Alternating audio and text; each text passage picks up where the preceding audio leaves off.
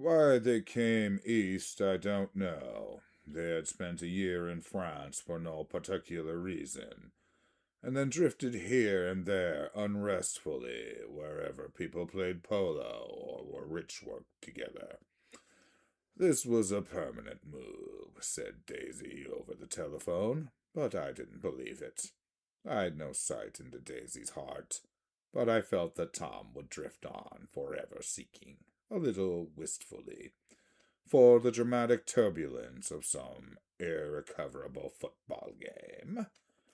And so it happened that on a warm, windy evening, I drove over to East Egg to see two old friends whom I scarcely knew at all. Their house was even more elaborate than I expected, a cheerful red and white Georgian colonial mansion overlooking the bay.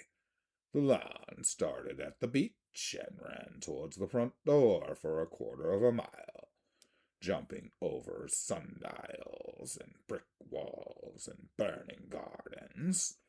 Finally, when it reached the house, drifting up the side of the bright vines as though from the momentum of its run.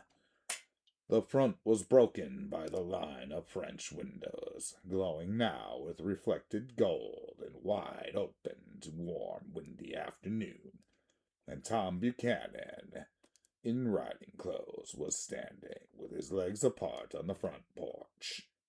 He had changed since his New Haven years. Now he was a sturdy, straw-haired man of 30 with a rather hard mouth and a superfluous manner. Two shining, arrogant eyes and established dominance over his face and gave him the appearance of always leaning aggressively forward. Not even the effeminate swank of his riding clothes could hide the enormous power of that body. He seemed to fill those glistening boots until he strained the top lacing, and you could see a great pack of muscle shifting when his shoulder moved under his thin coat. It was a body capable of enormous leverage, a cruel body.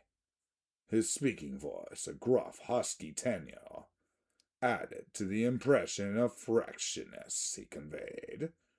There was such a touch of paternal contempt in it, even towards people he liked, and there were men at New Haven who had hated his guts. Now, I don't think my opinion of these matters is final, he seemed to say, just because I'm stronger and more of a man than you are. We were in the same senior society, and while we were never intimate, I always had the impression that he approved of me and wanted me to be like him, in some harsh, defiant wistfulness of his own. We talked for a few minutes on the sunny porch. I've got a nice place here, he said, flashing about restlessly.